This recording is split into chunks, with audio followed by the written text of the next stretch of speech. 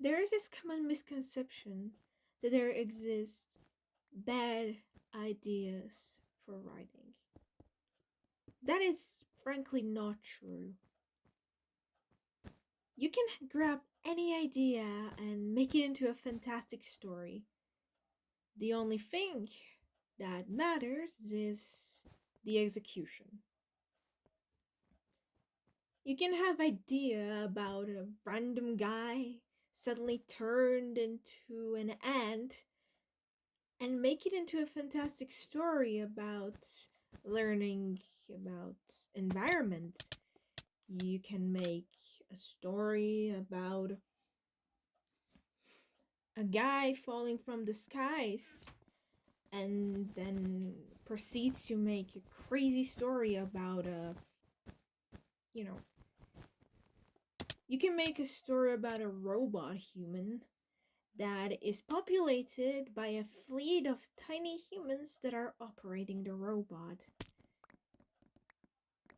Not all ideas are perfect, but not all ideas are horrible. The execution is what matters. And same goes for horror. There's been this new wave of horror content on YouTube, mostly ARGs, and fiction projects. Creators like Alex Kister, Mr. Manticore, or Darian Quilloy, with their respective series, were able to raise the popularity and bring a new wave of analog horror. And boy, some of those projects are phenomenal. Vita Carnes by Darian Quilloy is amazing. As a person that's studying biology, it's just amazing to watch something so fleshy and so alive move on the screen and be explained, and the whole Carnes family be explained in a way that makes you feel like it might actually work. Even though it doesn't, but in reality wouldn't, but might actually work. But a lot of these projects kinda don't work. Analog horror has the whole horror aspect. Even what are now considered the grandfathers of the genre, like Local 58 or Gemini Home Entertainment, can incorporate the fact that the media we're viewing in universe, those videos from, are old VHS tapes and make it work. But, well, lately, a lot of those analog horror projects either do not work on the analog concept or on the horror concept or on both.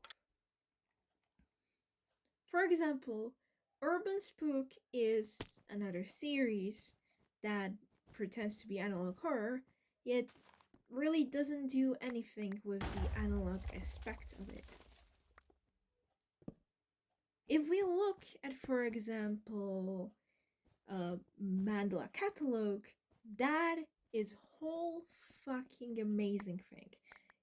The VHS tapes exist in the universe. There is a universe explanation why they exist, why they are corrupted, why we are viewing them in the way we are, and it relates to the overall monster. And the monster is actually fucking scary. Not only the concept of alternates, but overall the execution of how they operate, how they kill, and when we see, for example, in I believe volume 3, volume 4, spoilers by the way, the scene with Thatcher, and in like volume 4, I think, I guess, yeah, it should be volume 4, the scene with the Thatcher and the wardrobe, it's chilling. Honestly, the monsters are chilling. Just like in Vita Carnis, the segment with the mimics, puppetry. God damn it, puppetry. Like, these analog horrors progress in a way that they do not just do the analog tape of, I don't know, words flashing on screen, creepy images and stuff. They actually incorporate segments recorded in assumingly real world or the universe where the story takes place and incorporate it into the VHS amazingly. For example, I think the first who really did this was Local 58 with the short horror video, you're en route to your location or something like that. The GPS, if GPS led you to a wrong location story. Because, for example, Local 58 were mostly just, what if this happened? And you see the execution of how it can be viewed as scary. Like, yeah, for example, if the moon was an eldritch creature, that was like the whole sky watching one. Weather report? I'm not sure. Either it's the sky watching or the weather report episodes. I am not sure on the names anymore.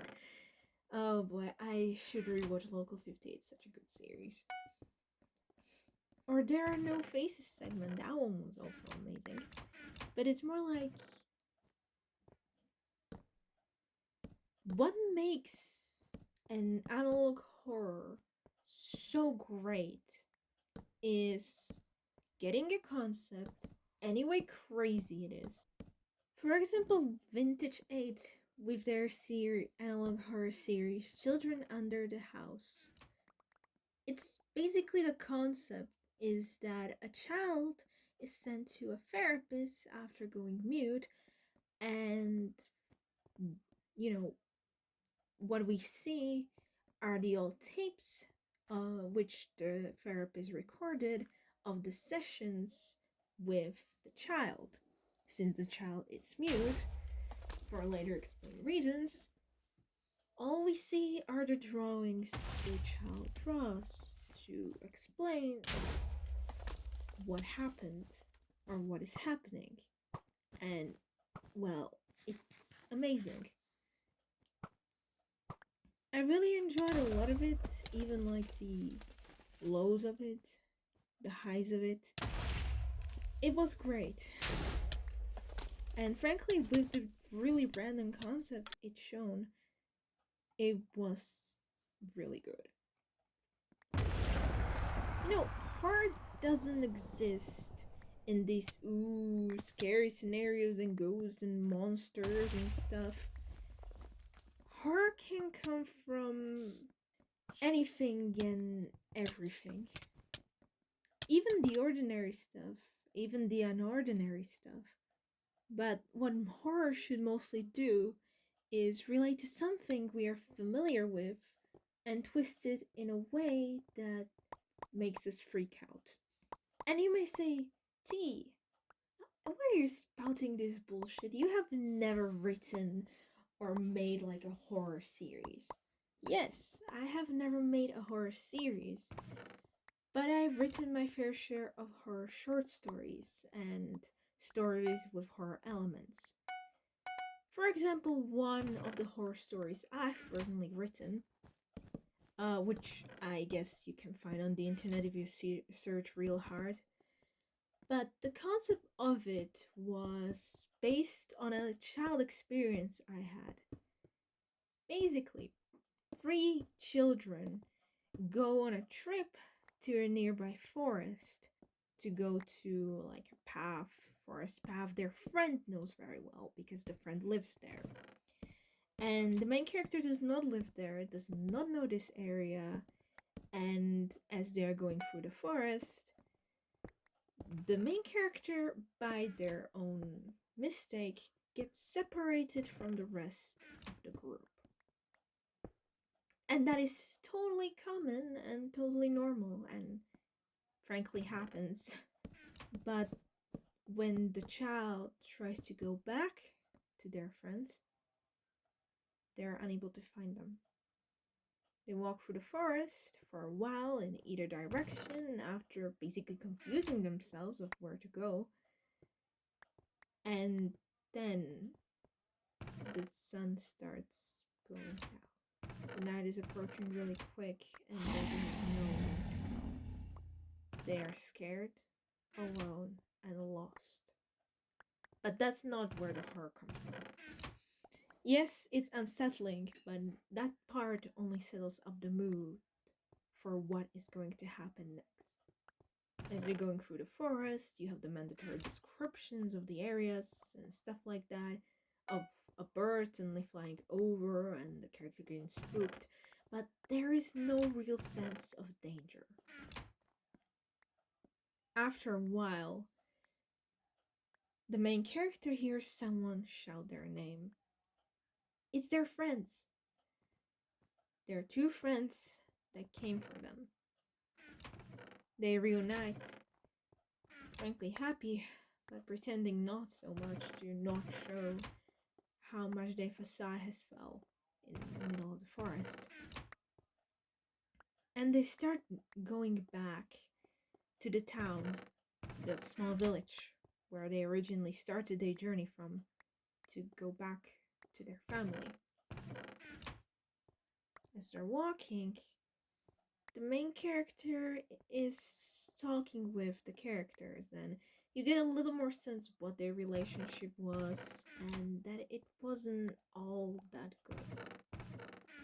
But you also get a sense that these two friends are kind of avoiding answers a little, are kind of trying not to answer, or answering in a weird way. But as the lights of the town close in, the main character stays behind, and the two shadows of his friends stretch before him. And those shadows stretch long, longer than a human shadow should be. One of his friend's shadows is bulky and wide. The other is lanky. So lanky, their shadow disappears into the trees. Their arms are long. Their fingers are long. Their legs stretch for forever. They're somehow stretched, but that is not how a shadow should look like, or it should. The character looks on their own shadow and sees that maybe that is not what shadow should look like. And they ask one last question to confirm their suspicions. They ask something the friends would know for certain. And the friends answer wrong.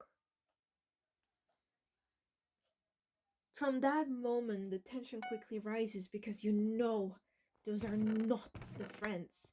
Those are some kind of imposters that are taking the place of the friends. And it becomes this game of pretend.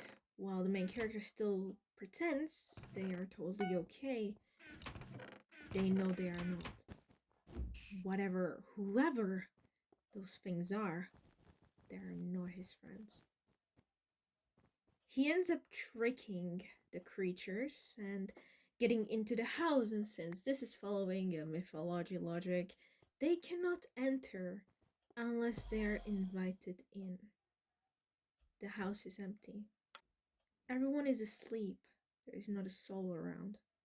And the first thing the main character does is sit down and curl up in themselves, rethinking what happened. And then they realize those creatures can pretend to be someone else. And he led them straight to the house. What if they pretend to be another member of the family and be asked to be let in? Those creatures are gonna get in. Doesn't matter if he didn't let them in himself. Yeah, I'm not that good of a writer, but that was the concept. You can make imposter story with so many ways and so many, creative outlets. The alternates in Mandela Catalog are shapeshifters. What I did was take a concept from my childhood, this scary experience where I got lost in a forest, and, well, frankly, the events that followed did not really make sense, and it was more of a time dilation shit. I have not encountered any creatures that pretend to be my friends or shapeshifters or something. The real life experience that based this was just me getting lost in a forest, confusing myself on the direction I came from, walking a chosen direction for a while to either reach the beginning of the trail or the end of the trail, because it was a single trail that was not leading, from a spot to like from a town to another town. It was leading to like this one point where you could have a nice view from. Yeah, viewpoint. And as I was walking for a while, well, I realized that too much time had moved. A friend that lived in the village where we started our trail from said that the path would only take 45 minutes. It did not take me 45 minutes. Because if I was walking back from that point, I was walking for like 20 minutes probably. We were walking together for like 20 minutes. I was walking them back for 20 minutes. So I should have already either reached the beginning or the end. Neither was in sight, which doesn't make sense. And this sense of dread started setting in because where was I then?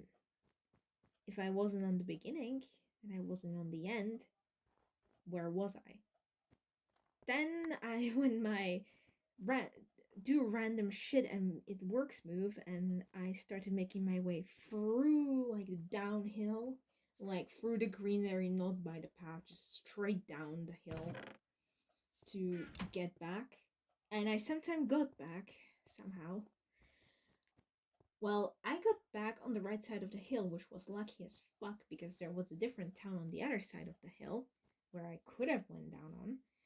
But when I got back, my friends were already back. It was a single trail, and they were moving uphill. So if I, on the confusion time I did, was walking uphill and did not reach the end, or either walked downhill and did not reach the end, my friends had to have walked past me, but I did not see them.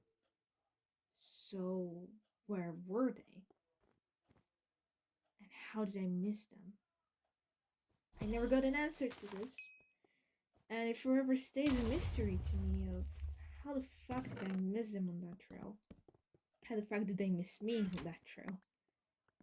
And, well, it's just like a scary story I like to tell sometimes because, frankly, it does not have a rational explanation.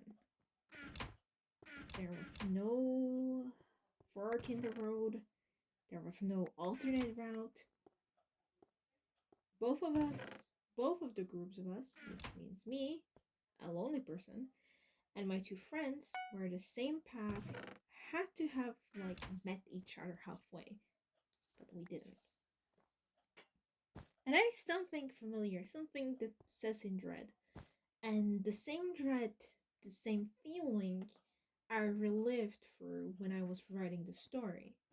Yes, it derives very much way gone, like to 2 miles fucking two hills, seven kingdoms away from the original story, but still stays true to the original concept of what brought me dread there.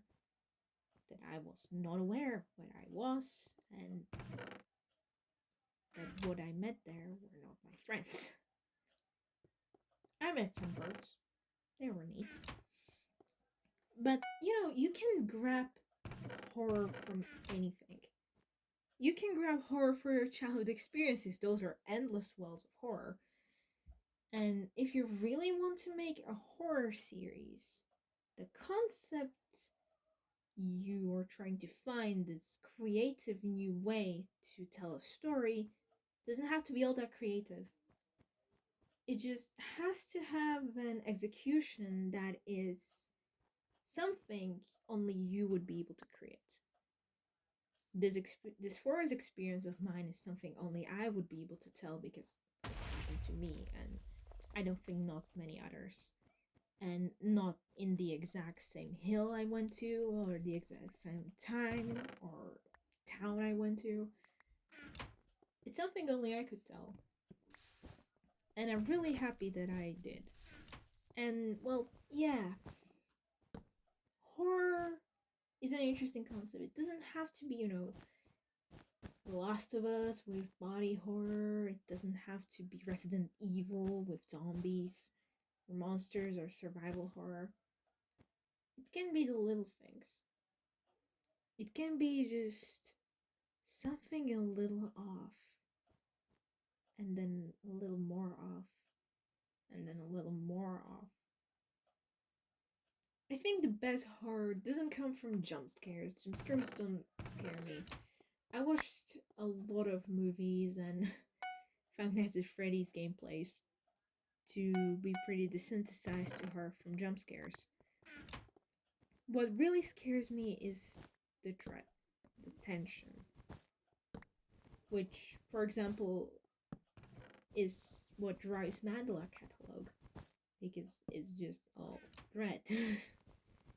The jump scares in Mandela Catalog, even in the beginning, were fucking laughable, but the dread that was built up around the scene, for example, where Adam goes to the basement to find the cat and the whole, shit that happens around it, that was genuinely scary. What isn't scary is FNAF. I've never been once scared by FNAF. I'll tell you that. And I played a lot of the games. Never once did I feel dread. Never once did I feel scared. Playing fucking Bed Wars makes me more on edge than FNAF. Five Nights at Candy's, for example. Five Nights at Candy's 3 is amazing. The horror of that is amazing. Because it takes you to a place that is a little familiar to you, because each of us had a childhood bedroom, and then makes something that you would assume maybe exists. Everyone had their monster in the closet or monster under the bed. Takes that concept, makes it a horror game. Amazing. Best horror is the one where you can relate to it, where it, grabs that little thing in the back of your head, pulls it out, and tells you, this is familiar. You might have felt this before. Now be afraid. Well, that's all for this video. I really went on a tangent. I wanted to have it a little more scripted, but you know what happens sometimes. Shit hits the fan and you never know where you end up. I haven't done much edited video in a while. I'm working on one. I'm just having a lot of schoolwork, and these not scripted videos are fun to make. Maybe I make another one. You can put in the comments what you want the next video to be about. I don't really know. I just wanted to start something that is close to my heart, which is horror, but if you have some ideas, I would love to hear them. Thank you so much for watching, and I love you all. Have a nice rest of your day.